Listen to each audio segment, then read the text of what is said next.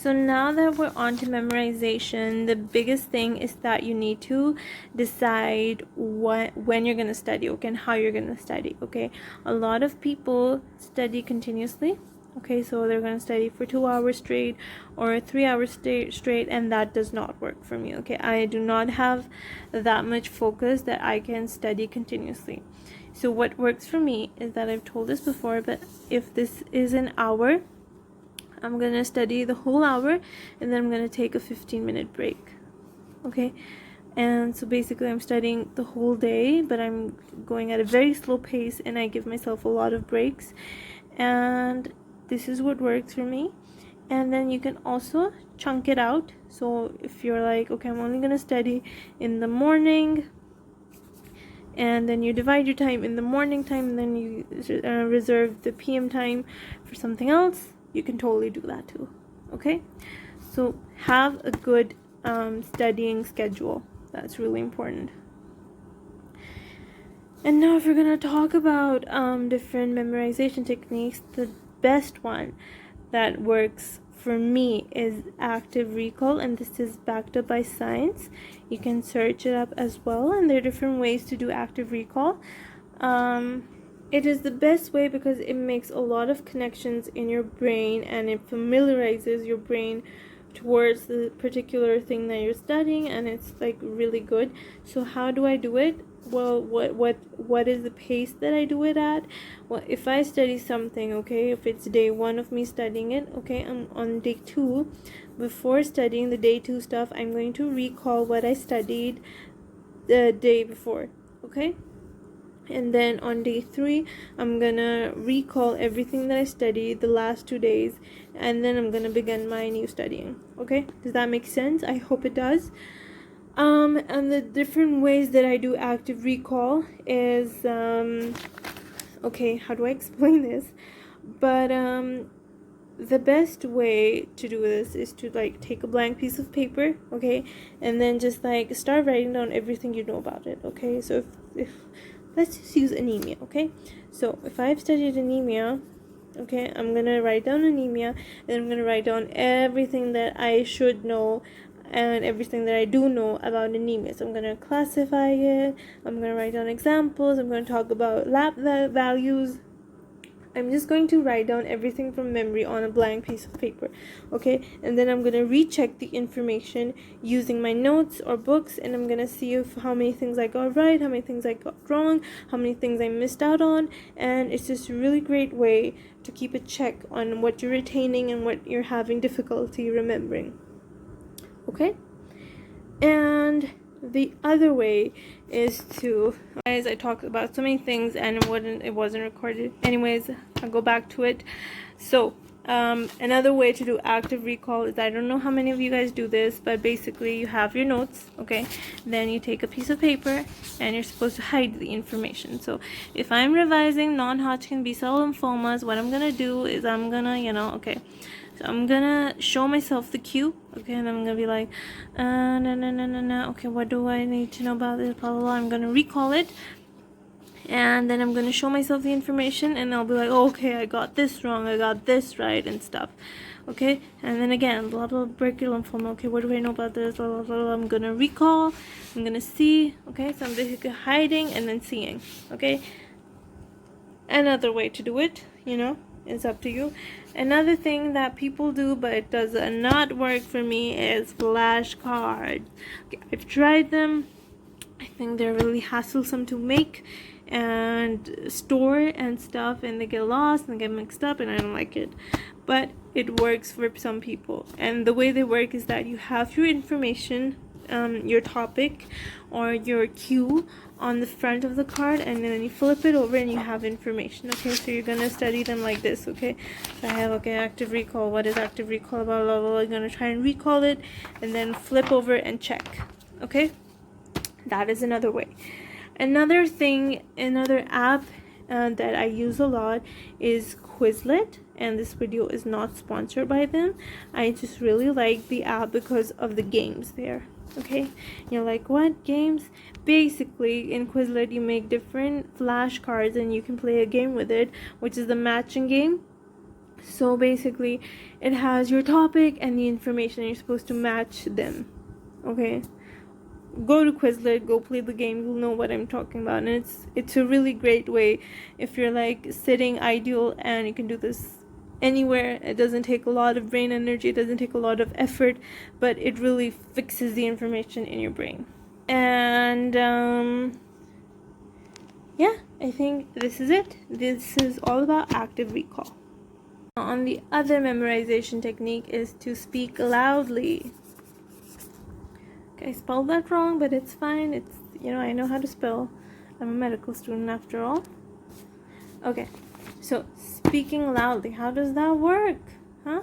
Well, basically, instead of reading by heart, you're going to speak out loud. You're going to be like, okay, non-Hodgkin B-cell lymphoma, it has splenic, hairy, extranodal. You're speaking out loud. It just uses almost all of your senses, not all of them, but you know, you're making use of your senses, and it's just another way to really hammer in the information. Okay, next up is my favorite, color coding.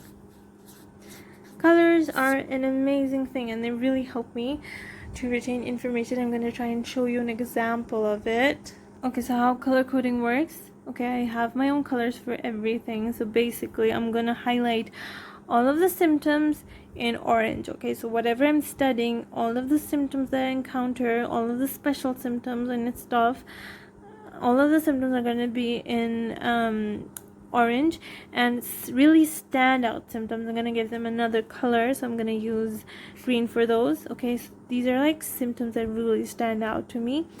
And for diagnosis, I'm going to use pink. For it doesn't work, I'm sorry.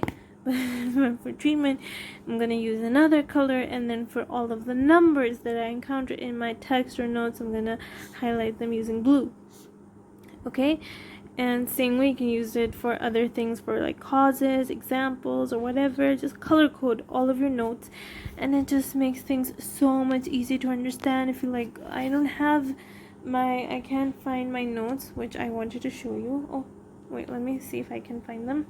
Okay, great. So I found an example. So this is my text. Okay, so I have all the important information and stuff in pink, and all of the special symptoms in green. Okay, so if you glance through, it's so easy. Okay, then I use bigger font, and see, I have blue for numbers, and I just use this all over. So blue, numbers. If I see blue, I know, okay, so I'm talking about a number. And if I see green, I'm like, okay, this is a special symptom. Okay, and this is what I do using color coding. So it's like really easy. Next up is doodles and mnemonics. You guys know how much I love mnemonics and doodles. I'm gonna show you examples of it, but these like stick in your brain, at least in mine. I know a lot of people who don't find mnemonics helpful, but if you're like me and they help you, then you know, spend time making mnemonics or searching mnemonics. I try my best to share my mnemonics with you guys, but I'm going to show you examples of the doodles and the mnemonics now. So here is an example. I'm talking about adrenal cortical carcinoma. So I've drawn a kidney that's like not in good shape, and it's the, you know, the adrenal gland, and this I've shown necrosis, I've shown blood, and everything. It just sticks in my brain. Okay, this is what necrosis looks like. I can describe this drawing. Another example is, this is the mnemonic. She blamed FC. It sounds like she blamed funky cats, and this I've drawn a funky cat, and I've drawn a girl, and she's like, it's your fault, FC. It's your fault, the funky cat. So this just sticks in my brain. Okay, it's like a girl talking to a funky cat, and she's like, she blamed FC. You know, it just sticks in my brain. Here's another mnemonic and a doodle. The fat balloon taps. Okay, so I made a fat balloon and it has tapping shoes, and it just sticks into my brain. Example, okay, your doodles don't have to be great and colored. Okay, they can be as rough as you want them to be, like this. So I've talked about, okay, this is like neuroblastoma, so it's tan and gray, so I've made it tan and gray. I've added necrosis and hemorrhage, and this just, these kind of images stick in your head and you can describe them. So that is an example of that. Another thing for memory is to watch, if you're studying a disease, search patient videos. Okay, so again, if I'm doing Parkinson's, I'm gonna search Parkinson's patient. I'm gonna watch a short video about a Parkinson's patient. I'm gonna see how they behave, what they look like, what kind of, seeing an actual patient and seeing symptoms in them really helps you understand and visualize the disease at a whole another level. I don't know. But anyways, again, and if you're studying surgery, watching the surgery again really helps you. And likewise within any other subject, if you're studying history, watch a documentary or something. It's just gonna help you a lot. Okay, you can thank me later for this thing, watching patients, watching their videos. It's just like so helpful. You do not forget a face. Okay, another thing is the method of LOCI, and you can search this up. I've tried this, it does not work for me, but what the concept is that you visualize something in your brain. Okay, so you make boxes in your brain. You're like, okay, I'm going here, it's in this corner of my brain, it has this, I don't know. This is like really time consuming and it takes a lot of mental energy, for me at least, so I do not like this. And another thing is the story technique, in which you basically tell a story. So you're like, okay, Mr. Parkinson's went to the, I don't know, I'm not good at this, but you just like make up a story. Mr. Parkinson's went to a party and he danced and shaked and blah blah blah. So make a better story. So Mr. Parkinson's went to a party and had to go to a party where he shook a lot, and then he tried to fix his rigid car with a cogwheel or something. I do not know. This is a really bad story. There are a lot of good stories out there, but I'm just telling you how this method works. You basically tell a story, make a really ridiculous kind of story, and then it's supposed to stick in your head. Okay? My last tip for this, I have some space here. I'm sorry, this is so all over the place, but anyways, is practice questions. I cannot emphasize enough on this. Once you're in the exam taking or question taking mindset, it's going to help you a lot, and it just puts your brain to the it just gets your brain ready. Okay, and this is so important. I have made the mistake of not doing enough practice questions, and these are I don't know, man, just do them. Okay, find past papers, find online quizzes, find MCQs, just practice. Okay, test yourself. It's gonna help you a lot, I promise. Okay, so anyways, these were my during studying tips. I hope this helps you. I really hope this helps you, honestly. Let me see if I missed out on something.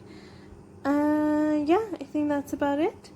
I hope this video helps you. The next video I'm going to talk about after studying hacks, techniques, tips, and it's going to be a short video, but this is basically it. Okay, thank you for watching. Please like and subscribe, and bye.